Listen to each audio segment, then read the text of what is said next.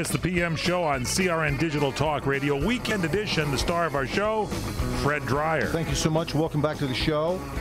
And, you know, of all the things that have been going on in the news, and there's always all kinds of things that are going on. There's the truth, and then there's the political spin of everything. And one of the subjects that I picked up here about a week or so ago from the Los Angeles Times, I must say I did not pay for this newspaper. I saw it and I took it. You just took some. You've done that with me before. You've taken my papers as well, but nobody should ever pay for the Times. I bring them back to you, though. You did. You can testify to that 2 weeks to these people. later. Testify to the people right now. You did bring it back a couple of weeks later. So here's the deal. It's the Los Angeles Times, Thursday, January 24th, 2013 edition. It's the lead article, Above the Fold, Military to Lift Ban on Women in Combat Jobs. And the interesting thing about the headline is that it is a politic, pure and simple, that has, I believe, put women in a jackpot. And here's what I mean by that. The military, laying your life on the line, is not a job. It is not something that is to be presented to people, as a job like you would work at the bank, and we're going to let women be, controllers of the money now. And we've always had them working behind the window, giving coffee to people. It isn't that relationship. What you have is the armed service now will be allowed to set gender-neutral physical fitness requirements and other standards for combat positions in the military now. Now what they're going to do is they're going to lower the standards so they can wash away the differences, the physical differences in women and men, and kind of generalize everything.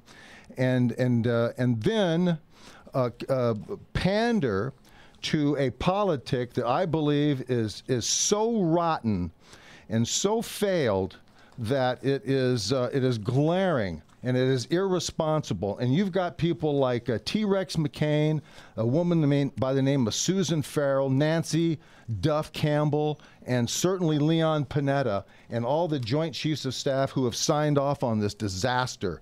And here's what is going on.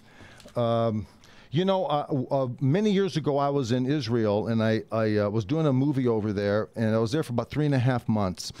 And I talked to a guy was assigned to me by the name of Ben. He was a tour guide, an intellectual, and a historian. And so I got to ride around with him for 3.5 months on the weekends, and he showed me everything that I should know about Israel, everything that was possibly that you could possibly want in 3.5 months of dealing with somebody who understood really life and death issues. And so we talked openly about many things. One of the things was, as I commented, I said, it's interesting, you get on a bus around here and you've got people, men and women, carrying automatic weapons. He says, yeah, everybody's trained.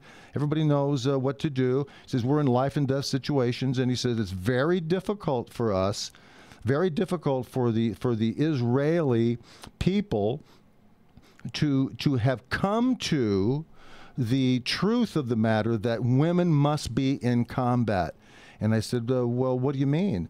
And he says it's one thing to fight for your country, and he says the men do that.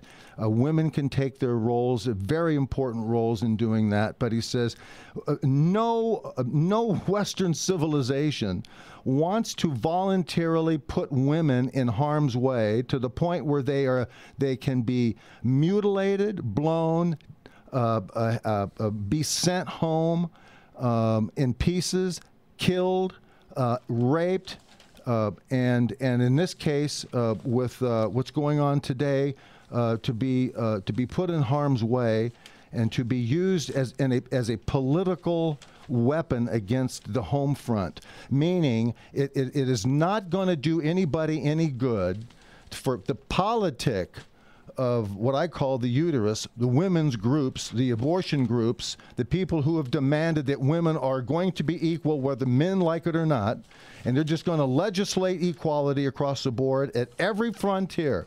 They're going to legislate this stuff right across the frontier.